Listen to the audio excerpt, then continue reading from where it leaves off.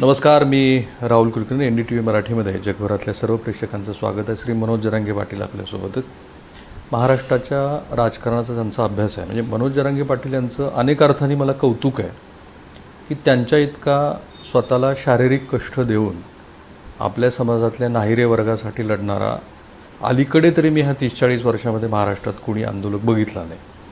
पर पराकोटीचं त्यांना शारीरिक कष्ट होत आहे ते दिसतं. आता त्यांना इथे बसता पण नाही आलं.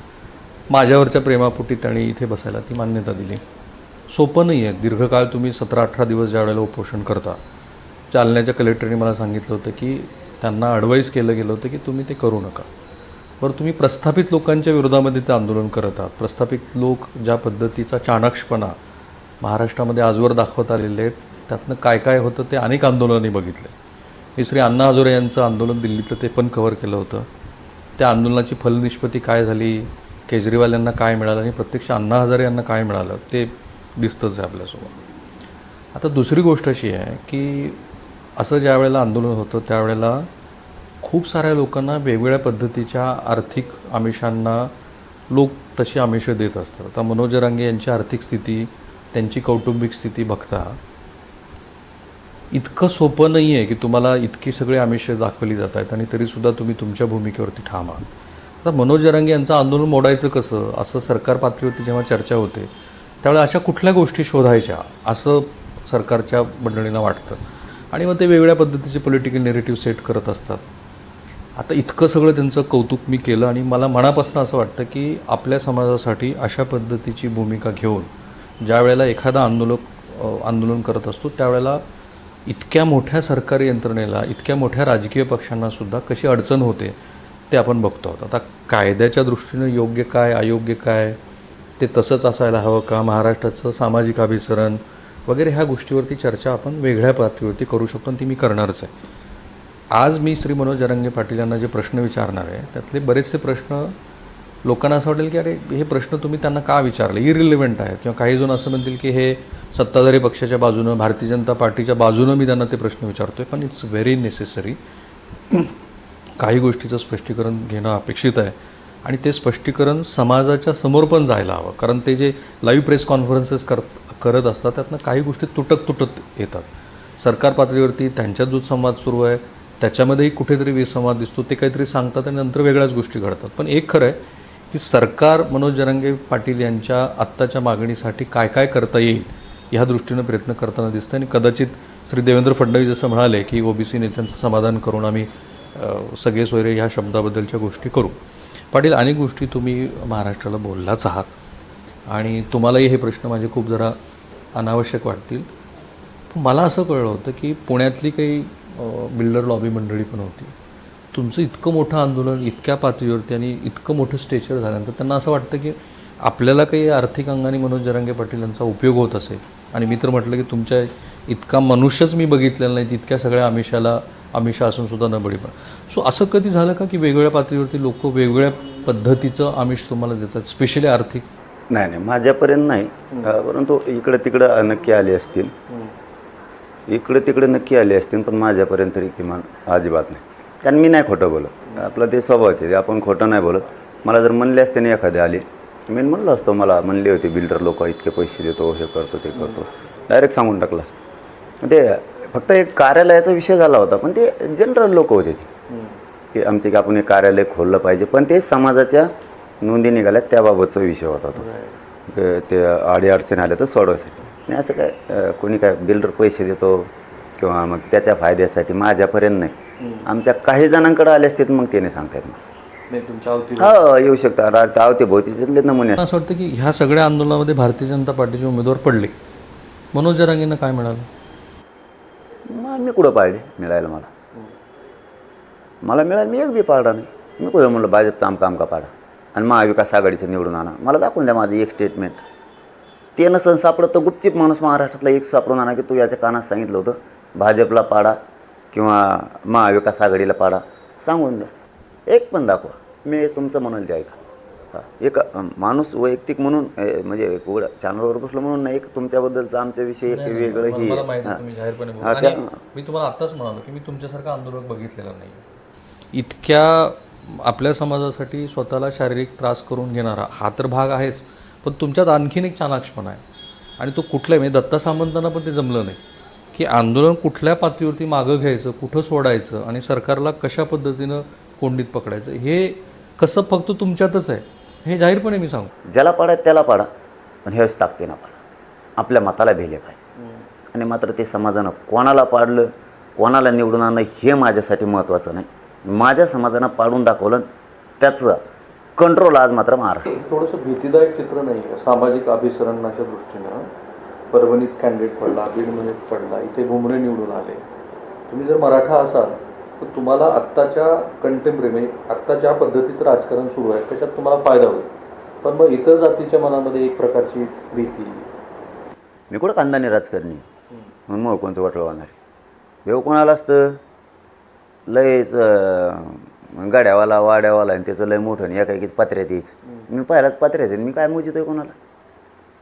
भीती कोणाला राहते की ज्याचा पक्ष आहे वर गेला परत रस्ता तळाला गेला त्याचं कायमचं अस्तित्व संपतं. माझं अस्तित्वच काय, समाजच मी आहे. माझ्यासाठी समाज मोठा आहे. समाजाचं अस्तित्व संपू द्यायचं नाही. पक्षाचं निवडणुकीच्या अस्तित्वावर मी जिवंत नाही. पक्ष किंवा गुलाल अंगावर पडला तरच माझं अस्तित्व राहणार आहे. माझ्या समाजावरतीच मी डिपेंड केलेलं आहे का माझं अस्तित्व आहे. माझा समाज रस्ता तळाला जाऊ द्यायचा नाही, त्याला उचलायचं. ते उचललं मी उचललो. मला याच्यापेक्षा मोठं पद काय पाहिजे. लोक म्हणतात ना अरे अशी संधी असते एवढा डावे घे झटका आणून बार बार संधी नसते म्हणत असतात लोक. म्हणजे मला मायापोट टप्पर नाही म्हणायचं कोणाची. नाही ती म्हणण्याची भाषा, पण असं मला कोणी म्हणत नाही ना की ही संधी आहे. आपण नाही बोलता बोलता बोलतो नाही एवढी संधी आहे घे आणून गाबाळ करून कुठं डाव असतो काय. मी नशिबाने हे समाजानं मला एवढं प्रेम दिलंय की हे कोणत्याच पदात मिळू शकत नाही, कोणत्याच. शरद पवार साहेबांबद्दल तुमचं काय मत आहे? कोणत्या विषयात? अनेक अर्थाने, व्यक्ती म्हणून, राजकारणी म्हणून, मराठा समाजाचा एक नेता म्हणून. मराठा समाज नेता इंग्रजीमध्ये शरद पवारांच्या बद्दल नॅशनल पातळीवरती काय होतं की strong man of Maratha. Maratha समाजाचा एक सगळ्यात मोठा नेता राष्ट्रीय पातळीवर. त्यांच्याबद्दल अभ्यास नाही मला जास्त, आणि लोक मला त्यांना जोडी देत. ते माया माग आहे आणि मग कोणाचंच ऐकत नाही. मी याच्या मागं आणि त्याच्या मागं आहे. माया टप्पर बी नाही रे कोणाची. जेव्हा बोलल ना मग तेव्हा मराठ्याचा असून येते, ते कोणत्या जातीचा बोलला की मी त्याला सोडित नाही. माझा रोल आहे. मी जातीवादी नाही असतो तर 10 महिन्यात आत्तापर्यंत ओबीसी बांधवांना गाव लेवलच्या कितीतरी बोललो असतो. मी गाव लेवलचा एकही ओबीसी बांधव दुखत नाही. तसं कोणचा नेता फेता माया मागं नाही असताना तर इतके दिवस आंदोलन दादा चाललं नसतं. त्याबद्दल मला तुमच्याबद्दल बोलताना, तुमच्याशी बोलताना मला शंका का नाही की तुम्ही ताबडतोब फेरता. तुमचं म्हणजे हेरण्याची पद्धत खूप ही आहे. त्यामुळे असताना यांनी कानाला धरले खाली बसून उठ म्हणत असतं. बघा, मला पूर्ण माहिती आहे की तुम्हाला ह्या आंदोलनामध्ये शरद पवार यांचा फारसा थेटपणे काही संबंध आलेला नसावा. परसेप्शन काय क्रिएट झालं की महाविकास आघाडीतले जे सर्वात मोठे नेते आहेत त्यांना मनोज जरांगे पाटील यांच्या आंदोलनाचा, जरांगे पाटील यांची इच्छा असो किंवा नसो, फायदा झाला. म्हणून मी आधी हा प्रश्न तुम्हाला विचारला की मनोज जरांगे पाटील यांना काय मिळालं इतकं मोठं आंदोलन उभा करून. मला मिळायला गमवायला, हे बघा, हरायला आणि गमवायला माझं काहीच नाही ना. जय पराजयाला माझा काही विषय नाही. मी म्हणलोच नाही. माझी प्रतिष्ठा कुठं असते. मी म्हणलो असतो याला पाडा तर मला त्याला पाडाच लागला असतं. आम्ही बोललोच नाही ना कोण पाडा. मग तर आज किती, हे बघा, हुरळूनच जायचं म्हणलं तर सोपी गोष्ट आहे. दुसऱ्याचं श्रेय असं आपण घ्यायचं आपलं बळ वाढायसाठी. तुम्ही घेत नाही. पडले म्हणलं राहतच मग बाटा करायचं. पडे. मी म्हणतो आम्हाला त्याच्यात हीच नाही आहे ना काही. पडल्यावर तर आता संपला ना तो विषय. तरी मी म्हणत नाही याचा अर्थ आम्ही पाडाच म्हणलेलो नाही आहे. अमुक पाडा नाव घेऊन सांगितलेलं नाही. समाजाने दिशा ठरवली. आपलं अस्तित्व टिकवायला काय करायचं. हा, फक्त समाजाच्या पाठीशी मी खंबीर राहिलो. आजही उद्या राहणारे समाज बी माझ्या पाठीशी. कुठे गेला आणि कुणाला असं म्हणाला नाही की ह्याला पाडा किंवा त्याला पाडा, पंकजा मुंडेंना पाडा, तिकडे माढ्यामध्ये जाऊन निंबाळकरांना पाडा, इकडे प्रणितीला तुम्ही मतं द्या, असं तुम्ही म्हटलं नाही. पण तुमचा प्रेझेन्स हाच खूप महत्त्वाचा ठरला. तिथे जाऊन उपस्थित राहणं हेच महत्त्वाचं ठरलं. नाही मग आता तुम्ही म्हणता ती ह्या रोडने जाऊ नको मग डांबरी काय आलटे गेली. आता शेवटी चालतानाच काय काय होतंय आता त्याच्यावर लक्ष ठेवायचं म्हणलं तर जीवन जगणं अवघड होऊन जाईल. चालताना काय काय होईल याला पर्याय नाही. आता पडून वादळ येणार आहे का पाऊस येणार आहे का ऊनच लागणार आहे. तुला चालायचं ठरवल्याच्या नंतर मधी काय होईल त्याचा जर मग सारखा इतकाच विचार करत बसलो तर त्याला नावेला जातं. मी नाही म्हणतो तरी ते जर माझ्यावरच लोटत असले त्याला माझं तरी काय नावेला जायचं.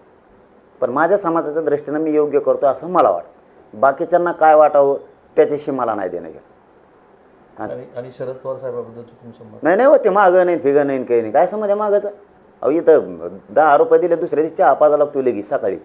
आज जर त्यांनी चहा पाजला उद्या आपण बायला काचाकाच घोडी लावी देते. नाही, तुमचं त्यांच्याबद्दलचं मत काय? शरद पवार मताला मी काय त्यांच्या शेजार राहतो काय, आमचं काय वावर हे काय एकामेका शेजारी का आम्ही काय चेड्यात होतो एकामेकाच्या का काय म्हणून त्यांचं मला काय आम्ही ते कुठे ते कोणकडे दिल्लीला का कोणकडे बारामतीला कोणकडे राहते ते एकदा इथं बघ याला भेटायला आले फक्त ते पहिल्या दिवशी अंतरवाले. त्याच्यानंतर तळाला मिळणे म्हणजे त्यांच्याबद्दलच नाही, कोणचाच नेता नाही माझ्या संपर्कातला नेता नाही. असता तर किती बारे मुंबईत गेलो असतो कुलकर्णी साहेब. आत्ता बहुत मला जर ती आवड असती तर आत्ता बहुत मुंबईत कमीत कमी 10 महिन्याच्या कालावधीत 100 चक्र तरी आणल्यास तेव्हा कोणाची फुकट गाडी आहे मला आता सध्या डिझेलला फुकट टाकी देत पण मंत्र्याची ओळख होईल. मी जात सुद्धा नाही तिकडं, मी त्यांच्यात मला मोठेपणच वाटत नाही.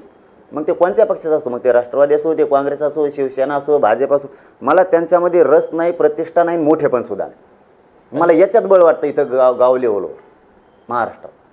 की तुम्ही ज्यावेळेला नवी मुंबईला गेलात ना त्यावेळेला मुख्यमंत्र्यांची स्वतःची एक प्रतिमा तयार होत होती. ती प्रतिमा अशी होती की ते ज्या शिवसेनेतनं आले तिथं जो हिंदुत्वादी अजेंडा होता तो पुरेसा नाही असं त्यांच्या लक्षात आलं. ते स्वतः मराठा आहेत, त्यामुळं ह्या मराठा समाजाचं एक नेतृत्व या माध्यमातून जर उभा राहत असेल आणि त्याचं काही क्रेडिट जर एकनाथ शिंदेंना जात असेल तर ते त्यांना हवंच होतं. असं म्हणतात की त्यांनी तुम्हाला नवी मुंबईपर्यंत येऊ दिलं, तिथं तुमच्या हातामध्ये तो जो काही सरकारी कागद होता तो दिला. तुम्हाला त्यावेळेला लक्षात नाही आलं की काय पद्धतीनं चाललेलं आहे. तुम्ही परत आला तरी नंतर त्याचं विश्लेषण केलं. सो ह्या सगळ्या आंदोलनादरम्यान मुख्यमंत्री एकनाथ शिंदे यांनी आपला काही राजकीय फायदा होतो आहे असा विचार केला? त्यांच्या मनातलं कसं सांगता येईल, पण आमचं मन होतं. तुम्ही विश्लेषण करता कारण तुम्ही फार चांगले कार्यकर्ते आहात आणि राजकीय विश्लेषक पण आहात. नाही म्हणून म्हणतो की त्यांच्या मनातलं मला त्यांचा अजेंडा काय असं नाही सांगता येणार. कोण काय डाव रचतो किंवा त्याला कोणाला काय फायदा उचलायचा असतो हे सांगणं कठीण आहे दुसऱ्याच्या मनातलं. पण नुसते नवी मुंबईपर्यंत येऊ दिलं हे खोटं आहे. ओके, आम्ही कुठपर्यंत बी जाण्याची तयारी जागेवर ठरवलेली होती आणि जे संघर्ष आहे ज्याला फेस करायची वेळ येईल ती करण्याची तयारी आम्ही ठेवलेली होती. तेव्हाच घरं सोडलेली होती. सोडताना आम्ही असे उठलो आणि कुठंतरी पळायला लागला उठला. आम्ही सगळे तयारी, आम्ही शेतातले लोक आहेत. आमच्याकडे आज काय काम आहे घर सोडतानाच कळालेलं असतं की तुला जर जनावराकडे जायचं असलं तुला छत्री न्यावं लागेल पाऊस आला तर. तू जर शेतातच इथं खुरपायला राहणार असला तर तिथंच कोपी काहीतरी केलेली असती, पळत जाता येईल, त्याला छत्री न्यायची गरज नाही. आमच्या ताकदीनं आम्ही तयारी नव्हतो. एवढं कमजोर समजायची किंवा इतकं हलक्यात घेण्याची काही गरज पण नव्हती. आम्ही सगळ्या तयारीनं आम्ही उपाशी मारणार नाहीत ह्या तयारीनं होतो आणि आझाद मैदानालाच जाणार ह्यासुद्धा तयारी नव्हतं. त्याची काळजी करायची काय गरज नव्हती. नवी मुंबईत जाऊन ते जे झालं ती फसवणूक होती तुमची? नाही ती नव्हती, पण त्यानंतर अंमलबजावणी लवकर झाली नाही ती फसवणूक. कारण कुठल्याही कायद्यात एखादा बदल करायचा म्हणलं तर तुम्हाला अधिसूचना काढल्याशिवाय पर्याय नाही. एखाद्या कायद्यात जर तुम्हाला बदल करायचा असेल त्याच्या अधिसूचना तर काढावंच लागणार आहे, तरच बदल करावा लागेल. तुम्हाला कायदा बनवायचा नाही, ओबीसी कायद्याची दुरुस्ती करायची आणि त्या कायद्यात दुरुस्ती करायला तुम्हाला अधिसूचनेशिवाय पर्यायच नाही. पण तुम्हाला असं वाटतं मनोज जरांगे यांच्यामुळं महाराष्ट्रातल्या समाज रचनेतले मराठा व्यतिरिक्त इतर जे समाज आहेत ते घाबरलेले आहेत? त्यांना असं वाटतं की मनोज जरांगे यांच्या निमित्ताने मराठा समाजाचे जे कन्सॉलिडेशन गावागावात झालं आहे त्याच्यातनं त्या बातम्याही आपण वाचत असतो. कधी मनात असं वाटतं तुम्हाला की हे जरा वेगळ्या दिशेने चाललं आहे किंवा महाराष्ट्र जो नव्हता तसा झाला आहे? नाही, चाललं नाही, घेऊन चालले. कोण? ज्यांना कोणाला ही मराठ्यांची मुलगी खपत नाही ते म्हणजे भाजप, जे कोण असतील ते त्यांना असं वाटतं. छगन भुजबळ साहेब, त्यांची संघटना, त्याचं तर नाही कोण घेऊन चाललंय हे महाराष्ट्रासाठी हा प्रश्न फार महत्त्वाचा आहे. पण ज्यावेळेस आम्ही समाज म्हणून काम केलं त्याला द्वेष देताना नाव देताना काही ओबीसीच्या नेत्यांना पण आणि सरकार पक्षातल्या पण काही लोकांनी जाणून बुजून तसा रंग दिला. का बरं तुम्ही असा रंग दिला नाही असं आमचं म्हणणं आहे की तुम्ही ज्यावेळेस एक होतात त्यावेळेस आम्ही तर उघड्या डोळ्यानं आनंद बघितला आहे. आनंद बघितला गावखेड्यात, तालुक्यात, जिल्ह्यात तुम्ही ज्यावेळेस जात म्हणून एकत्र होता त्यावेळेस आम्ही आनंदानं बघितलं. ज्यावेळेस आम्ही एकदा एक झालो तुम्ही त्या आम्ही बघितलेल्या आनंदानं का बघत नाहीत त्याकडं? त्या नजरेनं तुम्ही का बघू शकत नाही? एखाद्याचा मृत्यू झाला आहे त्याच्याकडं तुम्ही दुःखानं कसं काय बघत नाही? त्याच्याकडं सुखानं कसं बघू शकता? किंवा सुखाची गोष्ट एखादी तुम्ही दुःखाने का बघू शकता?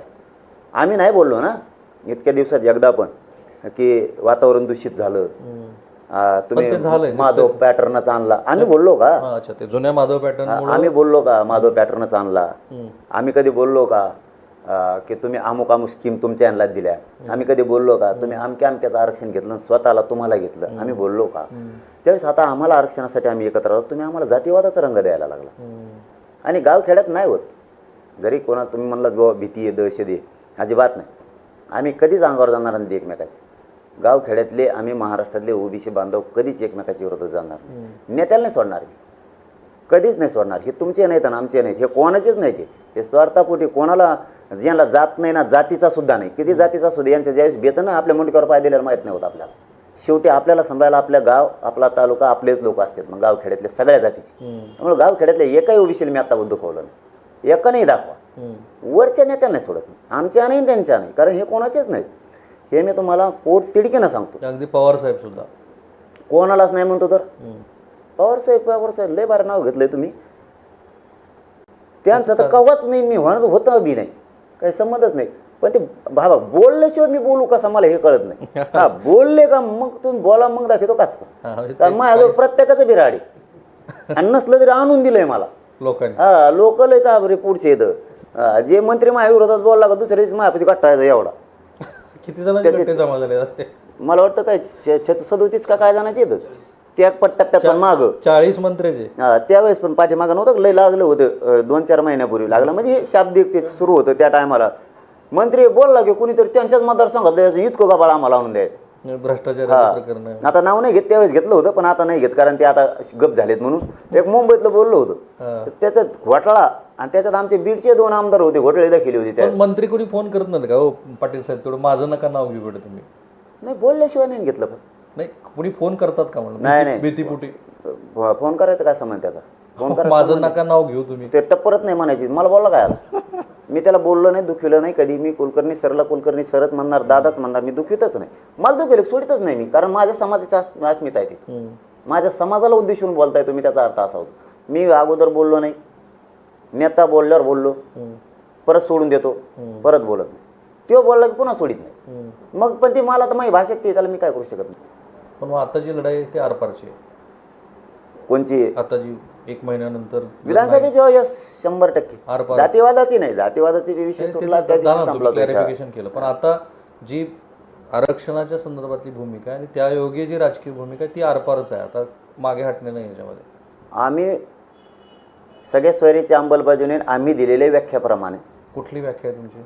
मराठा समाजात ज्या राज्यात पिढ्यानापार ज्या लग्नाच्या सोयरी होत्या गणगोतात आपल्या, तो सगळा सोयरा. उदाहरणार्थ ही आत्ताचा बाईट नाही आहे, पहिल्यापासूनच आहे. आणि मी ते प्रत्येक वेळेस सांगतो, काल शंभूराजे साहेबांना सुद्धा सांगितलेलं आहे की एका मराठ्यांची नोंद निघाली तर त्याच्या सगळ्या सोयऱ्याला त्याच नोंदीच्या आधारावर द्यायचं, कारण त्याची निघाली नाही ना. त्याची मुलगी असो जी सासरी गेलेली असली तरी सुद्धा त्याची निघाली नाही नोंद, मग त्याला कसं द्यायचं? तर त्याच्या सोयऱ्याला द्यायचं. आणि ते तुम्ही 4 जजेसनं 8 मंत्र्यांना मान्य केलेलं याआधी 6 महिन्यापूर्वी अंतर्वाली. त्याची आता वेळ आहे. ती व्याख्या तुम्ही सगळ्या सोयऱ्यांची व्याख्या दुसरी काही काढता तर ती आम्हाला मान्य नसणार आहे. आम्ही बार ते सांगितलं, टिकवण्याची जबाबदारी पण तुमची. मग आता त्याचं निघत नाही त्याचा सोयरा. आता पूर्वी कसं होतं, गणगोत म्हणजे काय, सोयरे म्हणजे काय, नातं जुळलं तरच मुली देत घेत होती, नाही तर देत नव्हते. ज्याची नोंद निघाली ती सोयरी राज्यांतर्गत येणारे हे पाहिजे. तुम्ही म्हणताल याला नाही त्याला नाही, ते जमणार नाही, ती भाषा जमणार नाही. कारण सरसकटला तो शब्द तुम्हीच आणलेला आहे, मी आणलेला नाही. त्यामुळे त्यांना ते त्या व्याख्याप्रमाणे करावं लागणार आहे. मराठा आणि कुणबी एकच हे कायदा पारित करायला गिरीश महाजन साहेब म्हणले होते आधार लागतो. 57 लाख नोंदीचा आधार मिळालेला आहे. तुम्हाला एखादी जमीन जर द्यायची असली तर तुम्हाला 7-12 लागणार आहे, तरच पोलिसांना किंवा महसूलला तो आधार राहील कारवाई कराय. आता तुम्हाला कारवाई करायची 57 लाख नोंदीत मराठा कुणबी एकच हे सिद्ध झालेलं आहे, ते कायदा पारित करा. हैदराबादचं गॅजेट ते घ्या. जर नाही घेतलं तर विधानसभेत तुमच्या प्रश्नाचं उत्तर असे की 100% आम्ही देणारे मराठ्यांना बनवणार आहेत, मुस्लिमांना बनवणार आहेत, दलितांना बनवणार आहेत, 12 बलुतेदारांना सुद्धा देणारं बनवणार आहेत, मागणारे बन. ते तुमचा एक व्हिडिओ पण व्हायरल झाला मुस्लिमांच्या संदर्भात. कसलं काय? कुठेतरी तुम्ही गेलात आणि मुस्लिम तुम्ही नंतर मी कट्टर हिंदू आहे असं पाहायचं. त्यात काय आपण लपितच नाही बघू. आपल्याकडे पोटात एक वाटात एक शेंगा आणायच्या उलट्या धंदाच असला ना. कट्टर हिंदूचे. आणि मी मुस्लिम बांधवाला सुद्धा शान के साथ सांगतो, तुमच्या धर्माचा तुम्हाला स्वाभिमान असला पाहिजे म्हणून सांगतो त्यांना. मी हिंदू आहे, मला हिंदूचा स्वाभिमान आहे, मलाही माझा गर्व असला पाहिजे. सत्ता परिवर्तन करायची ना, धर्म परिवर्तन करू काय? धर्म परिवर्तन करायसाठी हे विषय माझा नाही, माझा विषयच वेगळा. पण मग भविष्यात अशी एक मोठ होऊ शकते की तुमचा मराठा बांधवाबद्दलचा दृष्टिकोन प्लस महाराष्ट्रामध्ये मुस्लिम दलित ह्या सगळ्यांना एकत्रित घेऊन जाऊन एक राजकीय विचारच मांडायचा. का नाही मांडला पाहिजे? तसा तुम्ही विचार धर्माचा केलाय विषय वेगळा, राजकारणाचा विषय वेगळा, सगळ्याला कळायला चालतं. आपण का करू नये? का अन्याय केला मराठ्यावर? मग असून का आरक्षण दिलं नाही? का मुस्लिमवर अन्याय केला? एक हे बघा, धर्माचा विषय सोडून बोलतोय आपण, इथं जनतेचा विषय, संविधानाच्या अधिकारातला विषय. मुस्लिमांना आरक्षण का दिलं नाही? त्यांना द्यायला पाहिजे असं तुम्हाला वाटतं? का देऊ नये? तुमचाच ऐक सांगतोय, संचार कमिटी का काय कोणची दी सच्चर आहे आहे ते, काहीतरी आहे ती लपडं दे, तेच सांगत आहे, कम नाही दिलं. मी सांगतोय थोडं द्या. हां, धनगर एसटीत आहे की नाही? तर घटना सांगते आहे. का दिलं जात नाही? अन्याय नाही का देऊ? 12 तुमच्या ह्या मुस्लिम समाजाला आरक्षण द्या ह्या मागणीवर बरीच चर्चा होईल लगेच. कमून नाही होणार. पैशाचा विषय तर दाखवा तुम्ही कुठे, तो विषय तर ठीक आहे, फक्त पण तुम्ही येऊ नका नाही म्हणू शकत ना कोणाला. सगळ्याच वर्गातले लोक तिथे आहेत. मग नोकरदार वर्ग पण आहे. पहिल्यांदा आमचा एवढा मोठ्या प्रमाणात नोकरदार वर्ग बाहेर पडला, ही पहिली गोष्ट आहे. आणि दुसरी, महिला बाहेर पडले, हे दोन गोष्टी प्रचंड घडल्या नसता हे क्लास 1 क्लास 4 हा जी वर्ग आहे हे कधीच आंदोलनाकडे झुकत नाही. आमचं का नाही केली पाहिजे? तो अधिकार आहे. मी काही इकडे थोडं सांगितले काही. मला जर एखाद्या जनतेचं काम करायचं आहे, जर मी माणुसकी जिवंत आहे असा शब्द वापरत असेल तर मी का म्हणायचं नाही? मी का म्हणायचं नाही? ते म्हणू शकतात. मुस्लिमांच्या आरक्षणाचा विचार करावा लागेल ते म्हणू शकतात. मग आम्ही जनतेने म्हणायचं नाही का? बरं, मी काय चुकीची मागणी केली? मराठ्याचं असून द्यायनात, ओबीसीत नाही म्हणत होते. राहुल दादा आत्ता मराठा कोण बी ओबीसीत निघाला, हेच नाही म्हणत होते. कसा निघाला? अन्याय झाला. मुस्लिमाला देत नाहीत, देतो म्हणून. धनगर बांधवांचं घटनेत आरक्षण का दिलं जात नाही बरं? घटनेतलं ठीक आहे, कायद्यानं दिलेलं आरक्षण नंतरचं ठीक आहे, मानता येईल. त्यावेळेस मंडल कमिशननं दिलं, त्याच्या अगोदर 1967ला दिलं. आता नाही देता येणार, काहीतरी कायद्यानं दिलेलं आहे, घटनेनं दिलेलं नाही देत तुम्ही. अन्याय नाही का तो? 12 बलुतेदारांचा फक्त वेगळा प्रवर्ग करायचा. ज्या दिवशी तुमच्या हातात सत्ता होती 95च्या आसपास, त्यावेळेस तुम्ही तुमच्या समाजाचे वेगळे प्रवर्ग करू शकला. आरक्षण घेऊन त्यांचं ऑलरेडी आरक्षण आहे 12 बलुतेदारांचं. वेगळा प्रवर्ग साधा एखादा कक्ष अधिकारी सुद्धा वेगळा प्रवर्गाची शिफारस करू शकतो. त्याला काय कोणाच घ्यायचं नाही, द्यायचं नाही, फक्त याच्यातून तोडायचं आणि बाजूला ठेवायचं. NT VJNT सारखं. पाटील साहेब, तुमचे सल्लागार कोण आहेत? मीच अकेला. आपण वाचित नाही कोणाचं ऐकून घेत नाही, दुसऱ्याचं आपलं पटत नाही, ते वेगळं सांगत अंदाजा धरून. त्याचं धोरण सांगून, एक तर त्याचा नेता अर्धा डोक्यात असतो, त्याच्या डोक्यात त्याचं एखादं पद उलशिक असतं. मग ते नेत्याचे विचार आणि त्याचे विचार मला सांगत. आपण कोणाला म्हणलोच नाही त्याला. 2024च्या निवडणुकीचं तुम्ही एक राजकीय पक्षाचा कार्यकर्ता आणि चळवळीतला नेता कसं बघता? अजित पवार यांचं पानिपत, भारतीय जनता पार्टीचं पानिपत, त्यांच्यात सहभागी असलेल्या एकनाथ शिंदे यांना सुद्धा अपेक्षित जागा मिळाल्या नाहीत, पण माझ्यामध्ये त्यांचा स्ट्राईक रेट चांगला आहे. काँग्रेस एकदमच अशी मोठी झाली. शरद पवार साहेबांचा स्ट्राईक रेट तर 80% गेला. आणि तो एक फॅक्टर आहे की जो फॅक्टर काम करून गेला, जो मनोज जरांगे यांचा. नाही बघा, उद्देश हे बघा, हे काय वेगळं वेगळं करते, हे लई चाबरे लोक आहेत. हे बोलताना असे शब्द फेकी, त्यांना आपल्याला काही मेळ लागत नाही. लोक, माझा उद्देश तेवढाच साध्य झाला की 4-5 वर्षापूर्वी म्हणलं जायचं सभेचं रूपांतर मतात होत नाही. याला म्हणलं आता तसं होता कामा नाही बरं का. तो गरीब वाचले पाहिजे, गरीब मराठ्यावर किंमत आली पाहिजे, चपला सगळं गरीबाचे पाय पडले पाहिजेत मराठ्याचे. मी मग तेवढे प्रयत्न करतो. चपला सगळं पाय धरावे गरीब, मग का नाही त्याला किंमत आली पाहिजे. हे मोठे कोणामुळे झाले? यांच्या अंगावर पांढरे कपडे माझ्या गरीब मराठ्यामुळे, करोडाच्या गाड्यांना माझ्या गरीब मराठ्यामुळे. त्याला किंमत, कचऱ्याची किंमत देताय का तुम्ही त्याला? त्याच्या कच पाय पडत देतात, चपला सकट. ती किंमत आणायची होती, मी ती मेहनत घेतलेली. आरक्षण देऊन माझ्या समाजाचा स्वाभिमान जागा करून त्याला किंमत आणायची. त्याच्याशिवाय पान हल्लं नाही पाहिजे महाराष्ट्रात, ही किंमत आणायची होती. म्हणून त्यांना एवढं सांगितलं, एवढंच ताकदीनं पाडा, मतात परिवर्तन झालं पाहिजे. ओके, मतात परिवर्तन नाही झालं तर सत्ताधाऱ्यांच्या विरोधात जास्त केलं. कारण खुर्चीला भीती ती, हे इतके खुर्चीला भीती आहेत. सत्ता पाहिजे, काही द्यायला तयारी ती, खुर्ची पाहिजे, काही मागा तू. आणि इथं नेमके मागणारे कमी होते. देवत नको म्हणायचे, तू काहीच नको आम्हाला. पण ते पाढा म्हटल्यामुळेच सत्ताधाऱ्यांच्या विरोधात ते जास्त केलं. मग आता पाडा शब्दाचा अर्थ मग आता काही ना काहीतरी होणारच होता ना. पाडा म्हणायचं, पडून द्यायचं नाही म्हणते. मग तुम्ही सांगा तर नेमकं काय आम्हाला. आणि आता हे विधानसभेला असंच होणार आहे 100%. का नाही होणार? किती जागा पडतील तुमच्यामुळे? नाही, ते आताच नाही सांगत. मग ते लगेच म्हणजे कोणते मतदारसंघ आहेत तिथे मी नाही विचारत ना पाटील तुम्हाला. नाही तेच लगेच सावध होते. मग राजकारणात असं आहे जणू काही गोष्टी सांगायच्या नसतात. मला शिकेल ते नाही आता. ओके. त्यांच्याकडून शिकलो मी मग आता. तुम्ही असं राजकीय पक्ष करणारच असेल तर काही विचार नाव वगैरे काय असं नाही? ते आत्ताच काही डोक्यातच नाही आता कारण मी हे काही बातमीसाठी विचारत नाही, पण तुमचा मला माहिती आहे की तुमचा एक दृष्टिकोन फार चांगला आहे, स्पष्टपणे तुम्ही एक विचार करता. आता तुम्ही मुस्लिम नकोच. काय होतं आपल्याला ज्यावेळेस सगळं सामुदायिक चालायचं त्यावेळेस सगळ्याची सहमती घेतल्याशिवाय सगळ्यांचं एकमत झाल्याशिवाय त्याच्यावर पण तयारी आहे 100%. 1 महिना झालं. मग त्यात मुस्लिम उमेदवार पण असते. हो, मुस्लिम राहणार, दलित राहणार, त्याच्यात 12 बलुतेदार राहणार, त्याच्यात लिंगायत समाज राहणार. तर 4 नंबरला समाज राज्यात मला आत्ता ह्या 2 महिन्यापूर्वी माहिती झालं लिंगायत समाज 2.25 कोटी लिंगायत समाज. आणि 4 नंबरला जर समाज आहे कुठंच काही नाही. का बरं त्यांना न्याय मिळणार? मी होतो काय होणार नाही. काय जागा वाटपाचा फॉर्म्युला तुमचा स्वतःचा कसा? काय जागा वाट फाटावाट काही नसतं आमचं. आपला उद्देश काय आहे? आपल्यावर अन्याय होत देणारे आपले गोरगरीब समाज बनवायचा. मग देणारा बनवायचा ना, मग ते डोक्यात नाही ठेवायचं. ते ना आता नवीन रूढ पाडली 2 उपमुख्यमंत्री आपल्या होणार 7-8 काही मेळ पाहिला याच्यात माझा जीव. मी सगळं आयुष्य शेवटचे तुम्हाला 5 प्रश्न विचारतो. तुम्ही भारतीय जनता पार्टीच्या विरोधात आहात? काय करू? ठीक आहे. तुमचा आणि शरद पवारांचा संबंध नाही? नाही काय समज हो. तुम्ही शरद पवारांना अनुकूल राजकारण करत नाही? मी होतो संबंधच नाही कुठंच. तर तुमच्यामुळे अजित पवारांचे उमेदवार पडले नाहीत? ते पडापाडीच नाही बाबा मला माहिती. मी कोणाला पाडत नाही म्हणून. तुमच्यामुळे पंकजा मुंडे यांचा पराभव झाला नाही? काही समजच नाही. पाडा म्हणलोच नाही. तुमच्यामुळे जानकर पडले नाहीत? पाडा म्हणलोच नाही. पाडा म्हणलो असतं तिने तळात कोणालाच कोणी काही राहिलं नसतं. खरं सांगतोय मी ते. कारण निर्णायक महाराष्ट्रातल्या प्रत्येक मतदारसंघात गडचिरोलीचा थोडा कोपरा जर सोडला तर निर्णायक मतदान आहे. किंवा निर्णायक शब्द वापरलाय मी. किती जणांनी तुम्हाला सांगितलं तुमच्यामुळे मी निवडून आलो? मग आता ते सगळे किती जण? नाही पटेल साहेब, सिरियसली. नाही खरंच. मग आता ते सगळेच म्हणते त्याला मी काय करू? ते सगळेच म्हणते. तुमच्यामुळे महाराष्ट्रातलं सामाजिक स्थिती बिघडत नाहीये? नाही अजिबात नाही. कारण मी जातीवाद केलेला नाही आणि आयुष्यात करणार सुद्धा नाही.